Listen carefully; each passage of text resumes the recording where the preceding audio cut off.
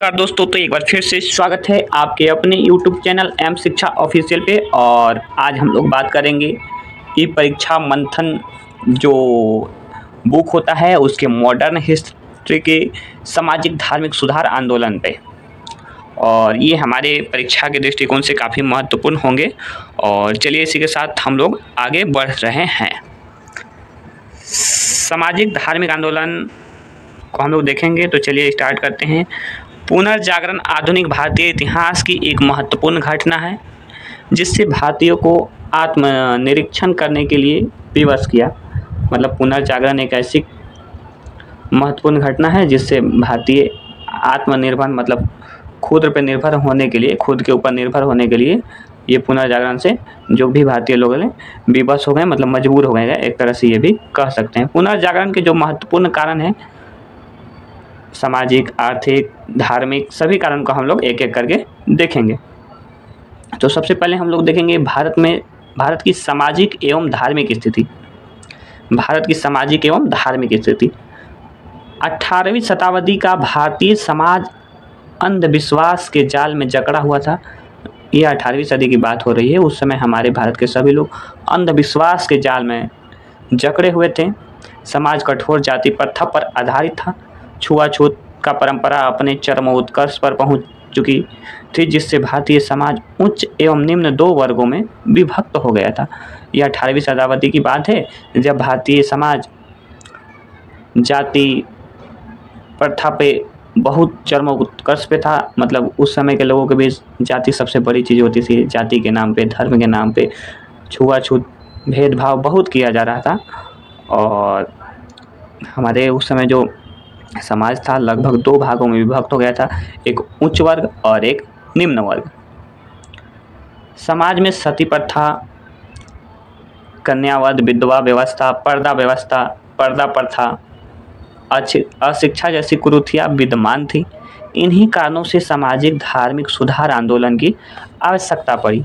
कहीं ना कहीं ये भी क्वेश्चन माइंड में आता है हम लोगों के कि आखिरकार धार्मिक जो सुधार है इसका आंदोलन की आवश्यकता क्यों हुआ। तो इसका प्रमुख कारण इसलिए पड़ा, जैसे कि हमारे समाज में सती प्रथा जैसी कुप्रथा थी, कन्यावध, विधवा व्यवस्था, पर्दा प्रथा, अशिक्षा जैसी कुरीतियां विद्यमान थी।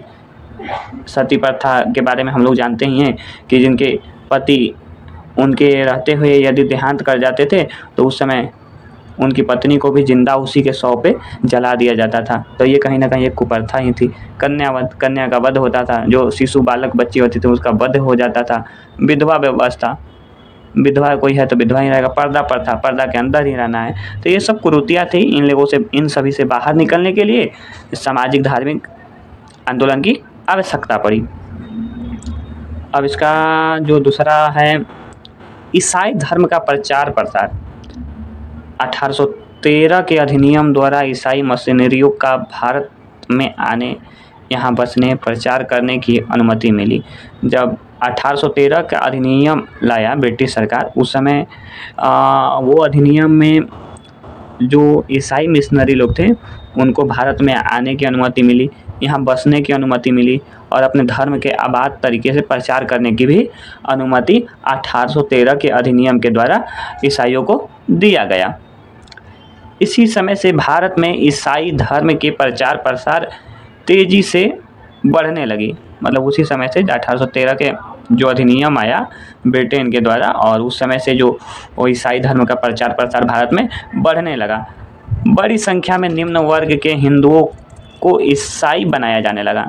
मतलब हमारे हिंदू समाज में जो निम्न वर्ग के लोग थे उनको ज़बरदस्ती, जबरन, बरियारी, अपने भाषा में बरियारी कहेंगे, जोर ज़बरदस्ती ईसाई धर्म में परिवर्तित करने लगा, जिससे हिंदुओं की प्रतिक्रिया हुई और सुधार का कार्य प्रारंभ हुआ। हो भी तो क्यों ना, कहीं ना कहीं धर्म और जाति के नाम पे सभी लोग एकजुट होने का कार्य करते हैं। प्राच्यवादियों का प्रभाव। प्राच्यवादियों में अंग्रेज विद्वान थे जो प्राचीन भारतीय संस्कृति से अत्यधिक प्रभावित थे। जो हमारी प्राचीन संस्कृति थी भारत की, उससे जो अंग्रेज के विद्वान लोग थे काफ़ी प्रभावित थे। प्राच्यवादियों ने भारतीय इतिहास, धर्म, दर्शन, कला का अध्ययन किया और प्राचीन उपलब्धियों को प्रकाश में लाने में योगदान दिया। इससे भारतीय आत्म गौरव व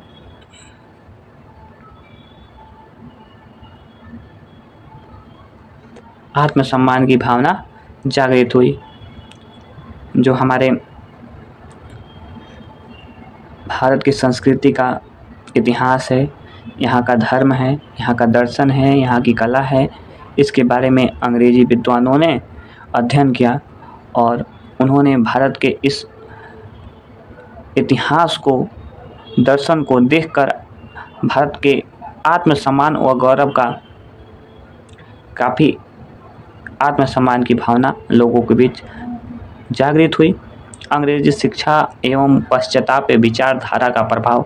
भारत में अंग्रेजी प्रभुत्व की स्थापना के साथ ही पाश्चात्यीकरण यानी आधुनिकीकरण की प्रक्रिया प्रारंभ हुई। आधुनिकीकरण के मॉडर्नाइजेशन, जो मॉडर्न समय है उसी को बोलते हैं आधुनिकीकरण। इसका प्रभाव कलकत्ता, मद्रास एवं बम्बई में पहले पड़ा। इससे एक नए वर्ग का उदय हुआ जिसे मध्यम वर्ग कहते हैं, जिसे मिडिल क्लास कहते हैं। प्रमुख सुधारक राजा राम मोहन राय। तो चलिए, राजा राम मोहन राय हमारे एग्जाम के दृष्टिकोण से बहुत महत्वपूर्ण पर्सन है और इनसे जो भी महत्वपूर्ण क्वेश्चन बनते हैं हमारे एग्जाम में उनको देखेंगे। बंगाल से शुरू हुए सुधार आंदोलन का नेतृत्व राजा राम मोहन राय ने किया था। तो क्वेश्चन ये भी हमारे एग्जाम में आ जाता है कि बंगाल से जो सुधार आंदोलन हुआ था उसका नेतृत्व कौन किया था। तो बंगाल से जो सुधार आंदोलन हुआ था उसका नेतृत्व कौन किए थे? राजा राम मोहन राय। तो ये भी क्वेश्चन बन सकता है। इसी कारण इन्हें भारत का नव जागरण का अग्रदूत, सुधार आंदोलनों का प्रवर्तक और आधुनिक भारत का पहला महान नेता कहा जाता है। हमारे एग्जाम में ये क्वेश्चन आ चुका है कि नव जागरण का अग्रदूत कौन है। नव जागरण का अग्रदूत कौन है? तो नव जागरण का जो अग्रदूत हैं राजा राम मोहन राय हैं।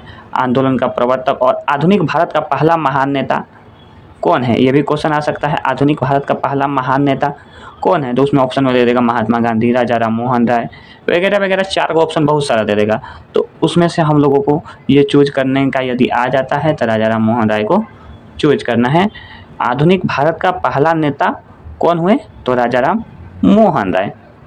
चलिए, अब यहाँ दिया गया है राजा राम मोहन राय से जो भी एग्जाम में क्वेश्चन आते हैं उसको एक नज़र में, एक तिरछी नज़र इसको बोलते हैं, तिरछी नज़र में देखने का प्रयास करते हैं और देखते हैं तिरछी नज़र में क्या क्या देख पाते हैं।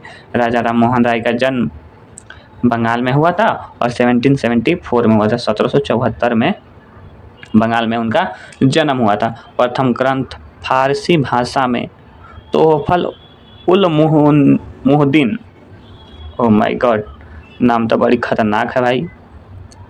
नेक्स्ट देखेंगे, 1817 ईस्वी में डच घड़ी साज डेविस हेयर के सहयोग से कलकत्ता में हिंदू कॉलेज की स्थापना की। क्वेश्चन आता है कि हिंदू कॉलेज का स्थापना कौन किया था? यही क्वेश्चन हमारे प्रीवियस ईयर में देखने को मिला है कि हिंदू कॉलेज की स्थापना कब हुआ था और किसने किया था। तो हिंदू कॉलेज का स्थापना 1817 ईस्वी में हुआ था और किसके द्वारा किया गया था? तो ये राजा राम मोहन राय के द्वारा किया गया था। और किसके सहयोग से किया गया था? आगे ये भी क्वेश्चन बन सकता है। तो किसके सहयोग से किया था? डेविड हेयर के सहयोग से। किसके सहयोग से? डेविड हेयर के सहयोग से। नेक्स्ट क्वेश्चन, 1825 ईस्वी में कलकत्ता में वेदांत कॉलेज की स्थापना की। क्वेश्चन हमारे प्रीवियस ईयर में ये भी है, वेदांत कॉलेज की स्थापना कौन किया था और कब हुआ था?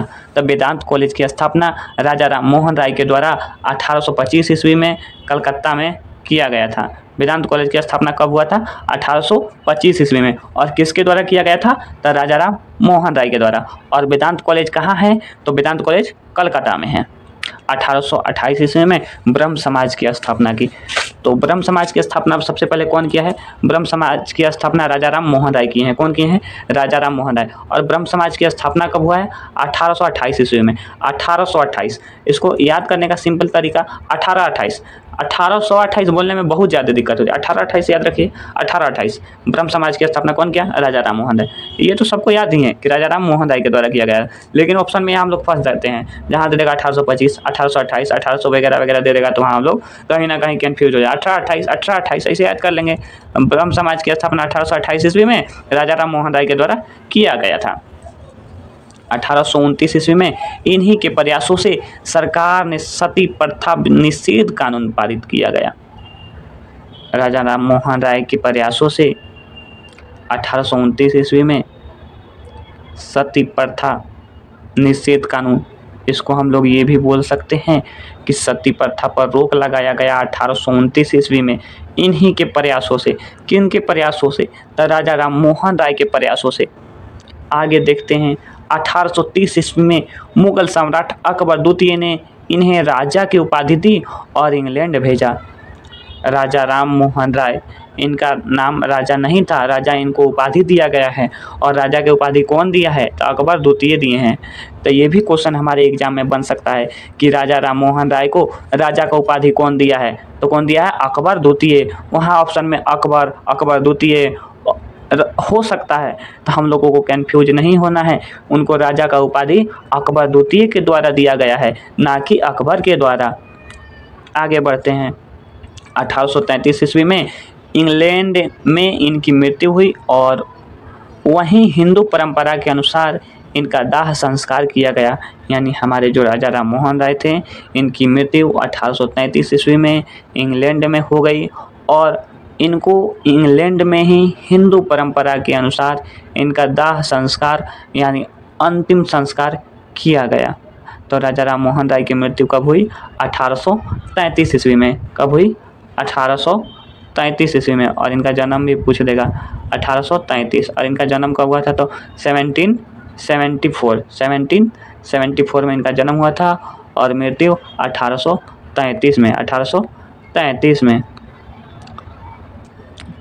राजा राम मोहन राय का पहला ग्रंथ फारसी भाषा में था। ये तो हम लोग देख चुके हैं। यहाँ तक तो हो ही गया ना। अब इनके बारे में और थोड़ा सा है, उसको भी देखेंगे। राजा राम मोहन राय का पहला फारसी ग्रंथ कौन सा था? ये भी हमारे एग्जाम में क्वेश्चन देखने को मिल सकता है। तो तोहफत उल मुहिदीन जो इनका पहला फारसी ग्रंथ है। इसमें मूर्ति पूजा का विरोध किया गया और एकेश्वरवाद को सब धर्मों का मूल बताया गया। चलिए सही है, आगे देखते हैं। 1828 ईस्वी में इन्होंने ब्रह्म समाज की स्थापना की, जिसका उद्देश्य राजा राम मोहन राय की मान्यताओं के अनुसार हिंदू धर्म में सुधार करना था। क्वेश्चन ये तो आता ही है और कहीं ना कहीं पीछे के एग्जाम में देखने को मिल ही गया है कि ब्रह्म समाज की स्थापना कब हुआ था? तो 1828 ईस्वी में हुआ था। किसने किया था? तो राजा राम मोहन राय ने किया था। ये क्वेश्चन बहुत पुराना हो चुका है। अब क्वेश्चन ये आ सकता है कि जो हमारे 1828 ईस्वी में ब्रह्म समाज की स्थापना राजा राम मोहन राय के द्वारा किया गया था, किस उद्देश्य के साथ किया गया था? तो यहाँ आंसर हो जाएगा हिंदू धर्म में सुधार करना। उद्देश्य क्या था? हिंदू धर्म में सुधार करना। इन्होंने समाज सुधार एवं शिक्षा के विकास पर अत्यधिक बल दिया। ये सामाजिक आदमी थे और समाज में शिक्षा के विकास पर भी अत्यधिक बल देने का प्रयास किया। चलिए ब्रह्म समाज के बारे में कुछ देख लेते हैं। 1828 में ब्रह्म समाज की स्थापना राजा राम मोहन राय के द्वारा किया गया। 1833 ईस्वी में राजा राम मोहन राय की मृत्यु के बाद इसका नेतृत्व द्वारकानाथ टैगोर के हाथों में आया। और ये हम लोगों को पता ही है कि राजा राम मोहन राय की मृत्यु 1833 ईस्वी में कहाँ हुई थी? तो इंग्लैंड में हुई थी। और इसके बाद जैसे ही इनका देहांत हो जाता है तो ब्रह्म साम्राज्य का जो नेतृत्व होता है द्वारकानाथ टैगोर के हाथों में आ जाता है।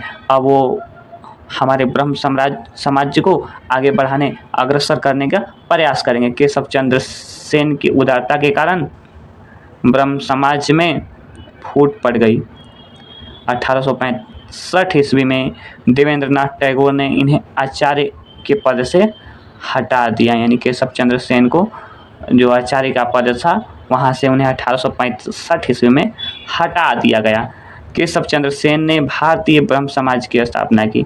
क्वेश्चन यहाँ हम लोग को फंस सकता है कि भारतीय ब्रह्म समाज की स्थापना कौन किया है, तो भारतीय ब्रह्म समाज की स्थापना केशव चंद्र सेन के द्वारा किया गया है। केशव चंद्र सेन के द्वारा भारतीय ब्रह्म समाज का स्थापना किया गया है। और सिर्फ ब्रह्म समाज पूछेगा तो उसका स्थापना राजा राम मोहन राय के द्वारा किया गया है। केशव चंद्र सेन के प्रयासों से सरकार 1872 ईस्वी में ब्रह्म विवाह एक्ट पारित हुआ। ब्रह्म विवाह एक्ट कब पारित हुआ था? 1872 ईस्वी में। 1878 ईस्वी में ब्रह्म समाज में फूट पड़ गई।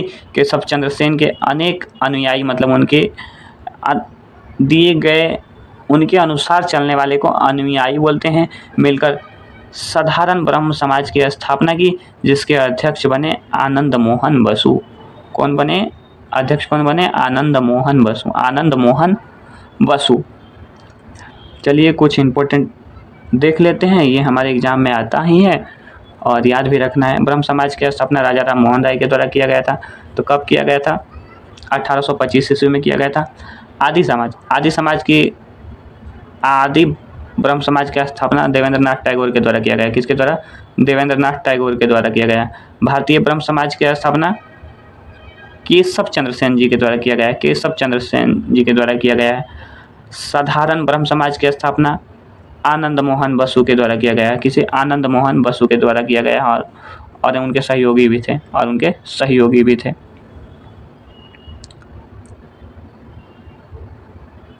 आज हम अपने क्लास को यहीं तक रखेंगे और आगे के वीडियो में हम लोग ब्रह्म समाज तक आज देख लिए और इसके बाद ईश्वर चंद्र विद्यासागर वगैरह यंग बंग जो आंदोलन है उसको देखने का प्रयास करेंगे।